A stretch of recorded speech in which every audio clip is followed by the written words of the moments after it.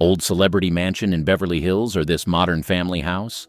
Which one do you think has a smaller electrical bill? The single-family house has just over 1,000 square feet, and they don't use much electricity. On the other hand, that Beverly Hills mansion is over 10,000 square feet and uses more electricity than 10 average houses combined. Unless you are a die-hard fanatic, you are probably leaning towards the modern house. So why aren't people buying these beautiful properties that these famous people owned? This video is a collection of stories about old, wealthy houses that no one wants right now. Among these residences are the rumors about Valentino's estate, Norma Talmadge's house. Some say they are haunted. So let's get right into it. Falcon Lair. Rudolph Valentino was one of the most famous silent film stars of the 1920s. Falcon Lair, a luxurious mansion, was built in 1922. The house is currently appreciated at $15 million. Falcon Lair offers a breathtaking perspective of Los Angeles. It is perched high on Bel-Air Drive. It has spacious halls, beautiful tile work, and spacious terraces. It reminds us of a bygone age when movies were a magical, original form of entertainment. Although it is beautiful outside and has lots of history, no one wants to buy it. Valentino bought the 4-acre estate in 1925 for $175,000 US. This is equivalent to over $3 million today. He took a personal interest in the design. He also incorporated artifacts and themes from his travels and his Italian heritage. The home was decorated with exotic furnishings, rich fabrics, and unique art pieces that Valentino collected from around the world. Since he died at 31 in 1926, his fans have adored him. People still remember his roles in films like The Sheik and Blood and Sand. After Valentino's untimely death in 1926, Falcon Lair went through several owners. Heiress Doris Duke purchased the property in the 1950s. Duke made significant modifications to the estate, including remodeling the interior to suit her tastes. The outrageous price of Falcon Lair is a significant reason why it has yet to sell. It is also expensive to maintain. It can take over $1 million to maintain. There is a mystery around Falcon Lair, intensified by the claims that Valentino's ghost haunts the mansion. Some say they've seen his shadow wandering the lawn or standing by the big fireplace. Although these rumors enhance the mystery of the home, they also put buyers off. After all, no one wants to buy a haunted house. Another obstacle is Falcon Lair's location. The Hollywood Hills provide a beautiful view but are far from the city. The steep and winding roads can be challenging to manage. Its location also makes it hard to get to schools and stores, making Falcon Lair an unattractive option for families looking for comfort. A lot has changed at Falcon Lair during the years. There was a lot of neglect and disrepair around the turn of the century. In 2006, a new owner purchased the estate with plans to repair and modernize it. However, the owner demolished most of the structure. Preservationists tried to save what remained of the estate's original structures, but only the gatehouse is intact today.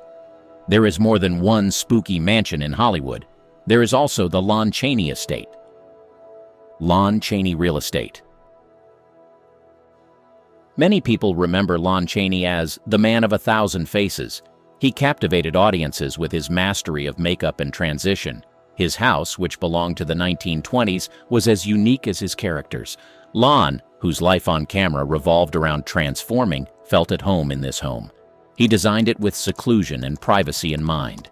There are hidden rooms and secret passages. The design reminds us of Chaney's silent cinema roles. The Gothic elements and rich, dark timbers transported you to a movie set. Despite its intriguing design and history, no one wants to buy Chaney's estate. No one wants this house because of the same factors that made it perfect for Chaney. It is creepy, solitary, and strange. In today's fast-paced world, convenience takes precedence over seclusion. Another reason the estate is less appealing is its high upkeep requirements, coupled with rumors that Chaney himself haunts the house. These turn off potential buyers. Lon Chaney's estate remains a mystery. Who will inherit Lon Chaney Sr.'s estate is anybody's guess. Will it be sold to someone who can see past the house's spooky past and lonely present? Or would it be someone who appreciates its artistic past and legacy? Or will it remain vacant and wait for someone with courage and vision to repair it? Clara Retreat. Clara was the it girl of the Roaring Twenties. Clara Bow still inspires many artists, such as Taylor Swift, to this day. Clara captivated audiences with her magnetic presence and vibrant character. Her home was a refuge away from the paparazzi. The Spanish-style house in Bel-Air came on the market at almost $7 million. Built in the late 1920s, Clara's haven was as lively and full of life as she was. The walls are painted and adorned with exotic furnishings from her travels worldwide. The Moorish-influenced residence is about 8,900 square feet. It includes a courtyard, a ballroom, a rooftop deck, enclosed sleeping porches, 6 bedrooms, and 71 two-bathrooms. It has a guest house with a bedroom and bathroom above the 3-car garage for 9,450 square feet of living space. The gated lot has a pool with a sun deck and a motor court at nearly 3/4 of an acre.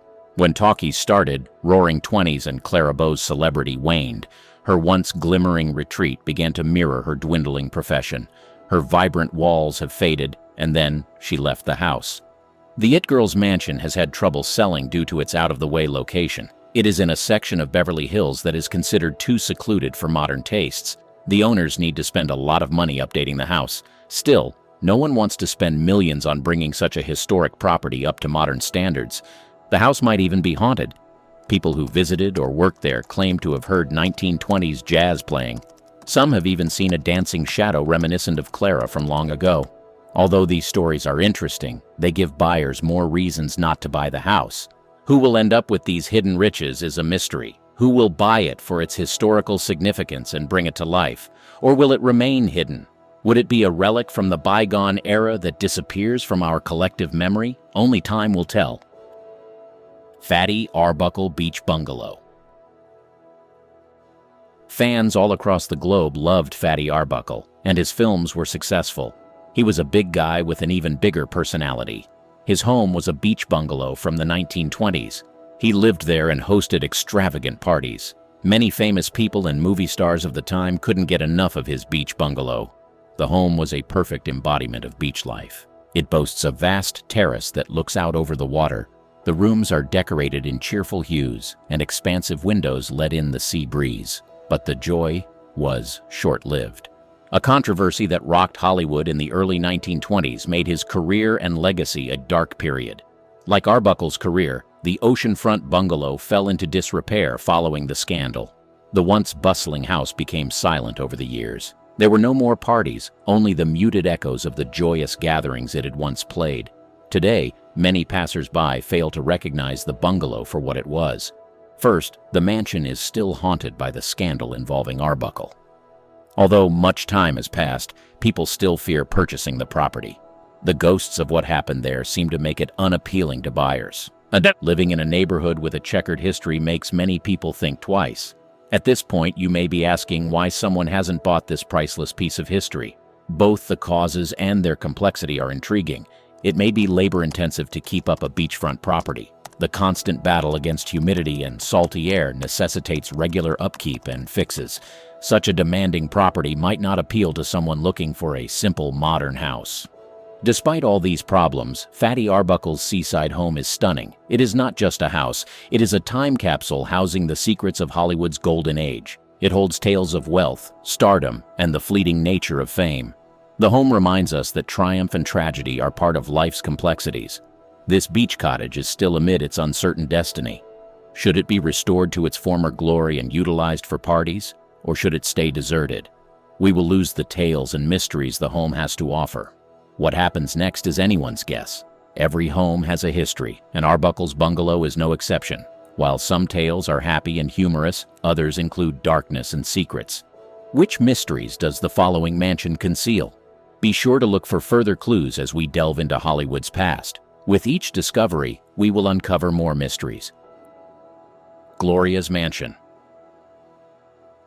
Gloria Swanson was one of the most talented silent film stars. Gloria Swanson's residence was more than just a house. It was a fantasy palace, fitting with the luxury and splendor she brought to film. The mansion was initially priced at $39 million in 2013, before a series of price reductions to $9.9 million and the final price of $4.6 million. Gloria was well known for her lavish lifestyle and innovative cinematic roles. She adorned her home with luxury and glamour. The entire estate exuded an air of luxury. There are the most beautiful chandeliers dangling from the ceilings, and then there are plush velvet drapes that adorn the big windows. The building itself was a product of the roaring 1920s. The gardens used to be a lush paradise where exotic flowers bloomed all year. You can imagine the beautiful fragrance that fills the air. Nevertheless, when talkies eventually surpassed Gloria's phenomenal success, the estate, like its owner, was vulnerable to transformation. Gloria passed, and her beloved palace went through several owners. These owners made their mark while chipping away at the history embedded in its walls. The mansion was designed to resemble an Italian villa in the Renaissance Revival style. The 24,000 square foot home was often referred to as the White House of Englewood. These days, the estate is deserted and vacant. There is now only the gentle murmur of bygone periods. It is remarkable because this home was once laughing and music-filled, and then the gardens have gone wild. So, why has this beautiful site been left to decay in the modern Hollywood light? This is because of the huge maintenance cost. You need to have a lot of money to preserve the beauty of such a massive and ancient estate. Also, the location is an issue. Back then, celebrities wanted peace and solitude. The home is less desired now that city life is more alluring. The estate might also be haunted. Some say you can still faintly hear Gloria's beloved jazz CDs late at night when she left them playing. This makes many buyers uncomfortable. The haunting tales and haunting music give the mansion an air of mystery, and this mystery is one of the reasons no one wants to buy the home. However, the location is undeniably enchanted. Going there is like stepping into a time machine and whisking away to a glamorous bygone era. Looks like it is an option for courageous buyers. It is a treasure trove of stories if they can unearth its secrets and breathe new life into its past. Jean Harlow's Secret Haven. Located in the heart of Beverly Hills, Jean Harlow's Hideaway is a hidden gem shrouded in mystery. It houses the belongings of a long-lost Hollywood star.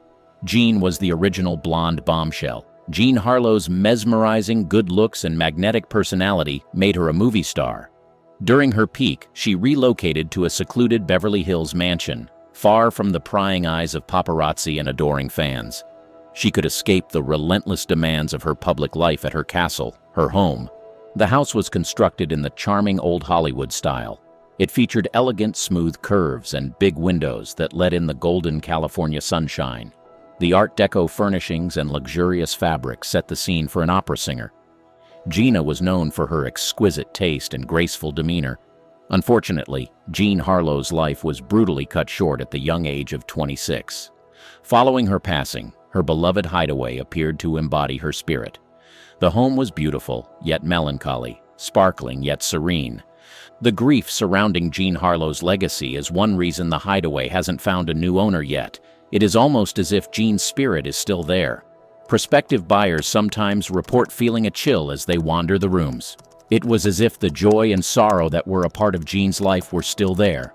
Also, bringing such a historic structure up to modern living standards is problematic. It can be costly and structurally challenging. Jean Harlow's retreat is all the more interesting because of these challenges. The next story is one of the most heartbreaking realities of old celebrity homes. Buster Keaton's Mansion. Buster Keaton was a top silent film comic actor. He is known for his stony expression and great physical humor. His expensive mansion reflected his career, daring and imaginative. The house demonstrates Keaton's love for mechanical wonders and stunts. This house was built to amaze and entertain. Imagine underground passages and movable bookcases that reveal hidden rooms. The house even has cutting-edge technology, such as buttons that automatically unlock doors. The mansion has had many owners. Each one renovated it, stripping it of the eccentric touches and bizarre inventions that Keaton had incorporated. There is a tragic past to the house. In the 1930s, when the Great Depression hit the United States, Keaton had to sell his house since he couldn't afford to keep it. The house has transformed remarkably since then. Why has this once exciting spot been left to fall into disrepair? The answers will shock you.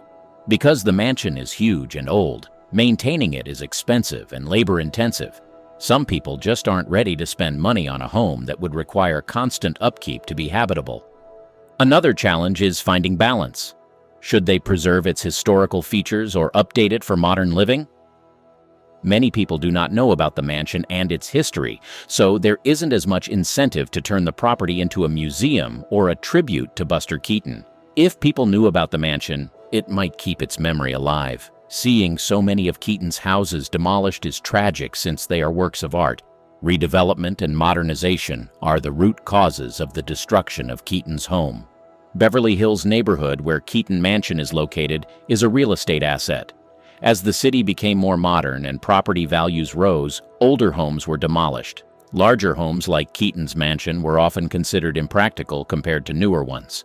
Many historic homes were demolished to accommodate the demands of contemporary lavish living.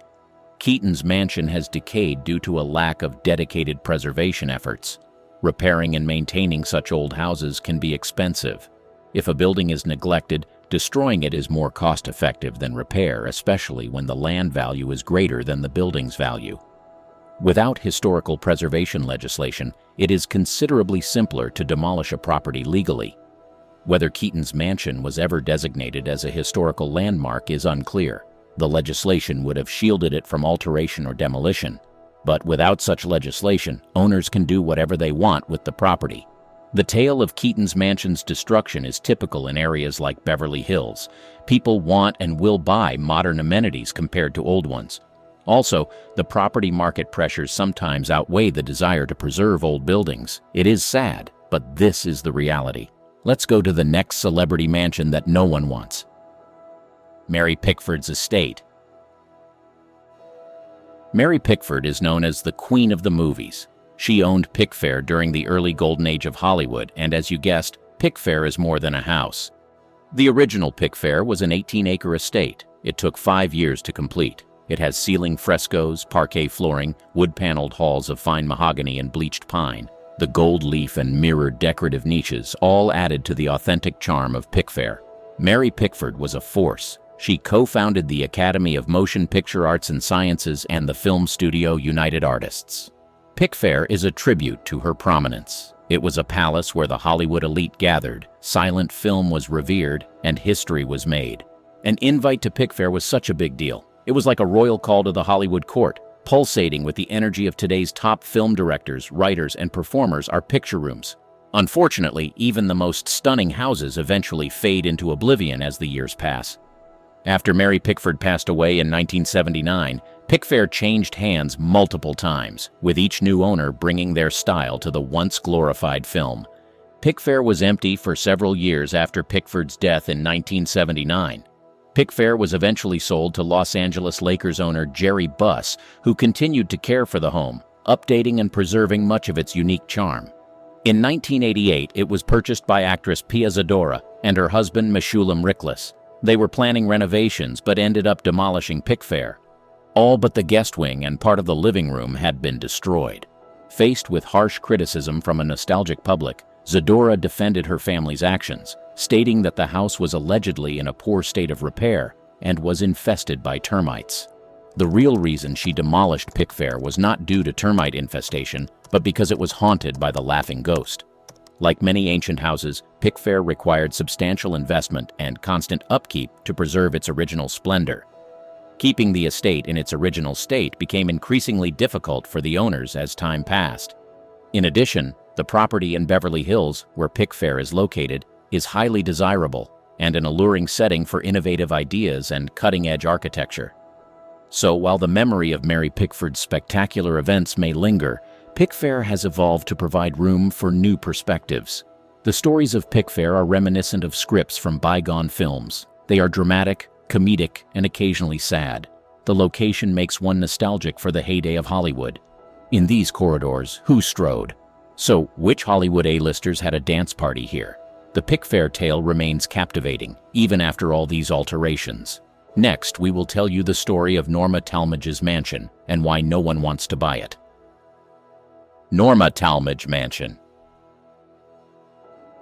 Norma Talmadge, one of the most iconic silent cinema actresses, was a true queen of Hollywood. She was famous for playing heartbreaking roles that made audiences cry. She lived in a home built in the late 1910s that was just as grand and dramatic as her films. The mansion is worth over $8 million. It is a work of art. Norma loved hosting extravagant parties there, and the walls echoed with the sound of the guests laughing and music. But unfortunately, Norma Talmage's beloved home's beauty and fame declined when talkies came. Pictures featuring Norma were no longer being produced, and by the 1940s, only the most devoted viewers from yesteryear could recall her. As her fame waned, her opulent mansion began to fall into disrepair with overgrown gardens and peeling paint, a lost treasure in a rapidly evolving metropolis. The estate of Norma Talmadge is still there today. However, it is no longer as grand as it once was. The once thriving grounds have withered away, and the rooms that were once alive with the sounds of laughter and illustrious visitors are now quiet. Several unsuccessful attempts to sell the mansion have been made. The first obstacle is maintaining such a large and ancient property. Due to the high expense and time commitment, few people are ready to restore an old building to its former state, mainly when contemporary homes are often easier and cheaper to maintain. Another factor is the location. It has seen some changes but remains in a beautiful area of Los Angeles. A bustling metropolis that lacks the tranquil luxury of yesteryear, it was once a haven for Hollywood's wealthy. Due to this alteration, the mansion is no longer desirable to anyone seeking a glamorous Hollywood lifestyle. On top of that, there are murmurs of the past that suggest the estate is haunted by the spirit of Norma Talmadge, who is said to be wandering the hallways in her elegant clothes, maybe clinging to her illustrious past. Only some would be willing to take on the enormous responsibility of owning such a house and ensure its continued existence. Despite these issues, the estate of Norma Talmadge is a fascinating historical artifact from Hollywood. Within its walls lie tales from a long-lost age, ready to be unearthed and breathed new life into. The House of Talmadge and other locations linked to early movie stars have changed. After her career took a nosedive with the advent of sound pictures and her estate went through multiple ownership changes, Talmadge finally left Hollywood. The home was renovated and repurposed to suit its owners' evolving tastes and requirements. Maintenance and future changes to Norma Talmadge's mansion will be decided by its most recent owner. Some people buy these homes to preserve them as historical places. Others transform them into modern mansions, but most just let them remain empty if no one seems interested in them. Whether these celebrity homes maintain their original structure depends on the maintenance. If not maintained, it might be sitting on the market for a long time.